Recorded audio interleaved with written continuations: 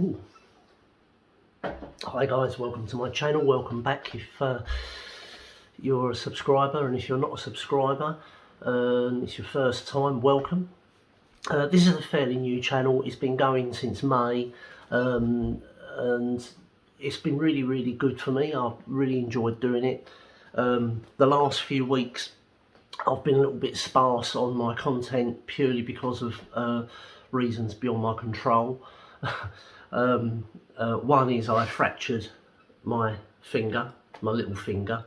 Those of you that know me know I'm a musician, and at the moment I'm preparing to rehearse with a band in the next couple of weeks, and I've got a whole set of songs to learn, and obviously having a fractured finger has not made that task easy. I won't say much about the band at the moment, but as soon as I've got something concrete, I will let you all know what that project is, because I think you'll find it interesting. Anyway, this is just a very brief vinyl finds video. I've not bought a lot of vinyl at the moment because I'm between jobs. Well, I'm still working, but I actually start a new job in the beginning of November, and that's going to be giving me a considerable amount of disposable income, which is good for record collecting. So obviously with other things at the moment as well, finances have been a bit tight, so I've not really bought an awful lot, so I haven't got that much to share with you. However, I have got a few bits and pieces, so without further ado, let's crack on with this vinyl finds. And the first one is one I've been looking at buying for quite a while. I've seen it on Discogs since I've been recollecting Vox records, and I've constantly said to myself, I must buy that, and in the end I pulled the trigger and I got it, and that is the Maverick Years by Wah. This is their second album, but it's a bit of an odd one because it was made to look like a bootleg. This is actually a promo. It's got the promotional copy gold stamp on the top, and it's quite interesting because it's just a plain white jacket. Oh god, the paper's fallen out. It's just a plain white sleeve, and they've slipped a piece of A4 printed paper in the sleeve, and it's just really it's just a good little to have. The recordings on this, I'm not sure if some of them are Peel sessions. They could be. The record is in immaculate condition. This was bought as near mint jacket, near mint record. There you go. The only way you can tell which side it is, obviously, apart from the colour of the label, is by looking in the dead wax, and it'll have the side numbers. So you've got WW1A and 1B. So red is A, blue is B, B for blue, which makes sense. This has got a cracking version of 7 Minutes to Midnight on it. It's different to the Wah equals Pooh version, but yeah, wow. The Maverick Years, 1980 to 81. I think the early iteration of Wah with Carl Washington on bass guitar is, to me, is Wah. It's Pete Wiley and Carl Washington. He was with them up to and including The Story of the Blues, I believe, and then he's just disappeared off the face of the earth. No one knows where he is. But the first album and this one, absolutely brilliant. Yeah, Wah. Next we have one, I did a brief video about this. It's an unboxing. I've now since had a chance to listen to it, and that's Curtis Mayfield's Superfly. This is the Run Out Groove pressing of it. It's a double album.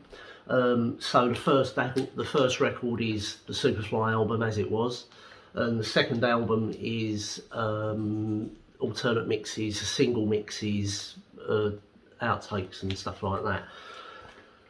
This, if you like early's sort of funk, blaxploitation type stuff, this is brilliant. This is an absolutely corker of a record. It's all analog. Well, the first album is all analog.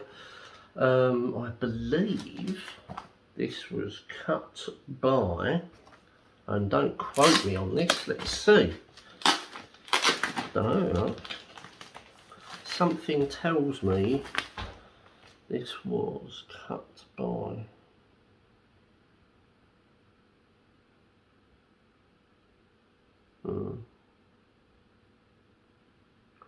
I don't know. I thought it might have been the Deadweights who cut it. I'm not sure. I'm really unsure who cut this. Kevin Gray. This was cut by Kevin Gray at Coherent, and it is brilliant. It's in a Stoughton tip-on jacket, each individually numbered. There's black vinyl versions and these orange coloured vinyl versions. It's a really good record. What can I say about the sound quality? On my system, I've got a Raider system.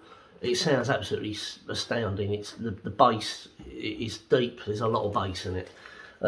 Yeah, it just sounds really, really good. I have heard an original. I don't own an original, but I have heard an original, and I've also got a needle drop of an original on my computer. I have done a comparison between a needle drop and this, and there's no competition. This is absolutely brilliant. So, yeah, Superfly, Curtis Mayfield. The next one I got as a recommendation.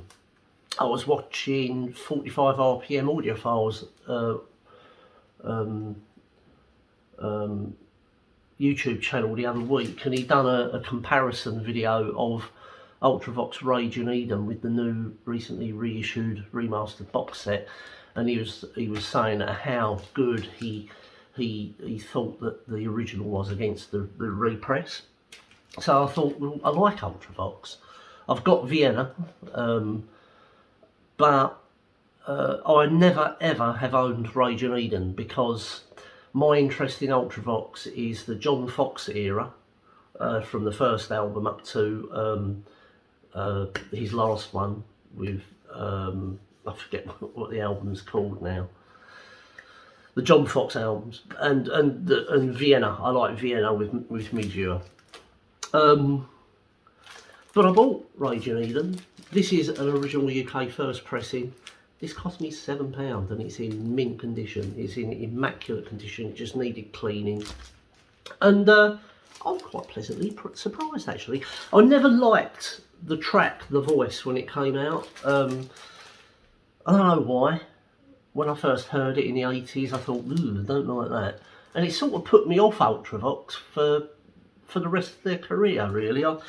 Maybe I was young or something, but I've re-listened to this and it's actually not a bad album. I quite like it.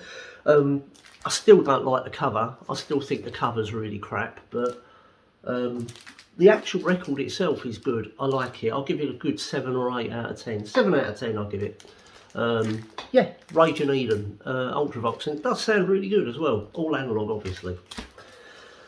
Then we come to the final one. I did an unboxing of this and I did a review of it, but I'm just going to touch on it again, and it is literally just a quick minute, and that's Animals, Pink Floyd, the new 2018 remix, which is 2022, 4 years late, but never mind.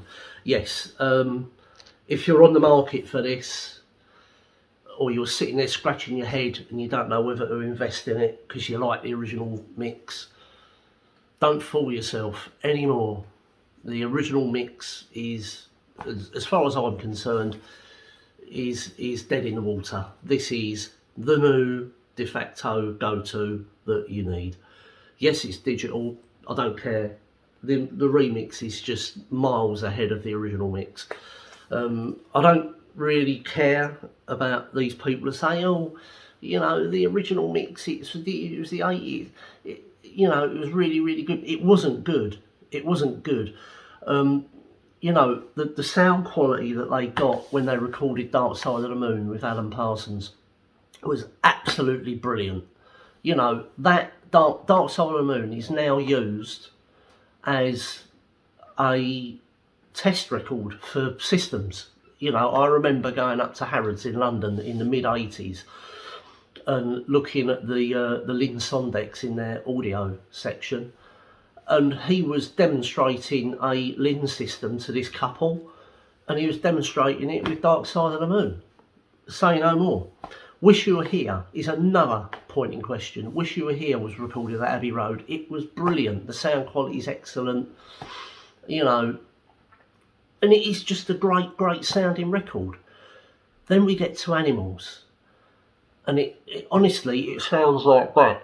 It sounds like that compared to this. It's like, the analogy has often been used. It was like lifting a veil.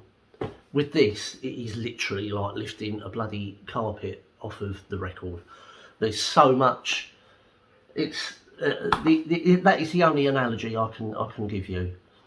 There's a couple of things that they've changed, which maybe I'm a little bit about. I'm not 100% sure they should have done that, but generally speaking, 95% of the time, this record delivers what it should have been in 1977, but they either didn't have the know-how to use their own equipment at Britannia Row, or